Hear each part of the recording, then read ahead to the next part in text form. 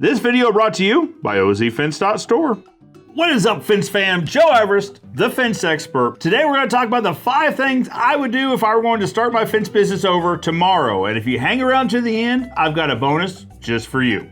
Let's dig into it. All right, so the first thing I would do is establish, is this business even worthwhile? Should I even jump into, in our instance, the fencing business? And market research can be as simple as going on your local social media. Facebook seems to be the predominant one right now, and go into these neighborhood groups. So I love Springfield, I love Republic, wherever your community has at least between 1 and 20 Facebook groups devoted to everything surrounding the community. Jump in there, title keyword search fence, and see who's talking about fence. You'll come up with hundreds of posts about I need a fence, who does good fence, where can I buy a fence, and in the comments you will find everyone who's trying to build fence in that community. A lot of them would likely throw out numbers of what they would be installing it for in that community. Some of them are realistic while some of them are not, so keep that in mind. But the first thing I would do is figure out how many people are competing in my area for fencing. And I'll be honest, in my market, there are a ton of both new and established fence companies competing for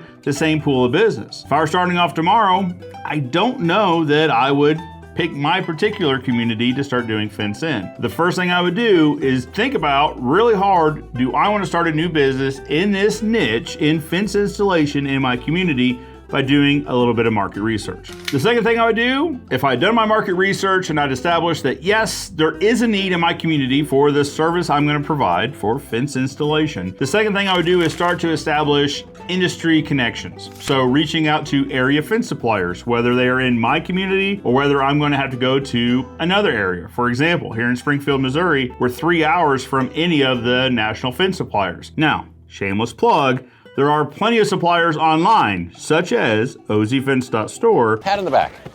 Pat on the back. Come on. Where you can buy fencing materials from. In our case, any orders that come in before 3 p.m. Central ship out same day, so you'll likely receive them within a couple days. Or there very well could be a supplier in your neighborhood. But establish who they are, set up accounts, and figure out what your pricing is. Because that's what you're going to need to establish first is, what are my material costs going to be? What is my labor going to be, which is your time? How much do you value your time? To establish what your installed price is going to be. Please do not go to Facebook and ask, what should I charge for insert fence type? Or what's the market rate in your market for insert fence type? This is a completely different discussion, but you can have 2 companies the same size installing the same materials, the same fence with the same employees, and you would likely have 2 different per foot or per panel charges for installing that fence just based on the different businesses' priorities and their business models. You need to establish your rate yourself, and the way to do that would be to start with reaching out to fence suppliers to get your prices established for your materials. Figure out what you want to be paid yourself. An easy rule of thumb is you take your material price plus your total labor cost, including labor burden, employment taxes, that sort of thing. Multiply them times 2 for a starting place on where you should be charging for your particular service. All right. For number 3, now we've established that we do want to go into business in this particular niche in fence installation in our community. We've established who the suppliers are, roughly what we would expect to pay for materials. We've also added in our labor to get our per foot price. We've referenced that against step 1, against what we see people offering fence for in our market. We're still in on this. We're still moving forward. We are creating a fence company. The third thing is I would go to your state's Secretary of State. So in our case, it's the Missouri Secretary of State. Do a record search or a business name search to see if there is another company going by name you would want to. Find a company name that is not being used and register that quickly with the Secretary of State. All right, a sub-step to step 3 would be to then go straight to a domain provider, GoDaddy, etc., to register that domain on whichever site you want. There are businesses out there that search new business listings at Secretary of State. They grab those URLs and then they try to sell them to you. So as quickly as possible, make sure the name's available at Secretary of State first, and then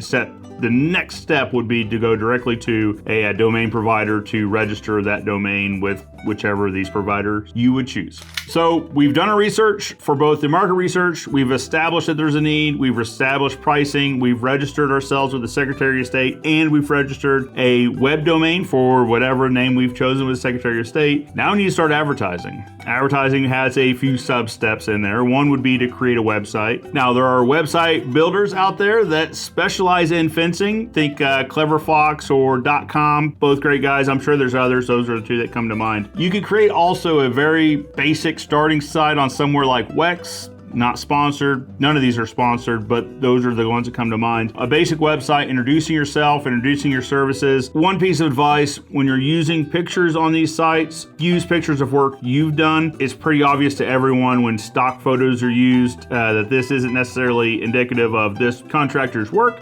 This is something that they found online. All right, once you've established a web presence to drive traffic to that you can hopefully collect some consumer information from, name, address, phone number, but also provides your contact information, your phone number, you would start just giving that information out, starting with where you found these Facebook groups in step 1 is a great place. It's free of charge to use, and a lot of people still do use it. In step 1, you found out that there's likely quite a few people on those pages also providing their service or advertising their service. You could also do door hangers. Now, important note with door hangers would be you need to research if your city requires a solicitor's license. In our market, a solicitor's license is required even if you approach a door, even if you don't knock. So it's all of $25. You register your name and then you're good to go with the city, but you remain compliant. Get a solicitor's license, start doing door hangers, and just get out in the community, introduce yourself. Now, for more on how I would advertise my business, stay tuned for a following video talking about the top 5 ways I would advertise my business if I were getting started again.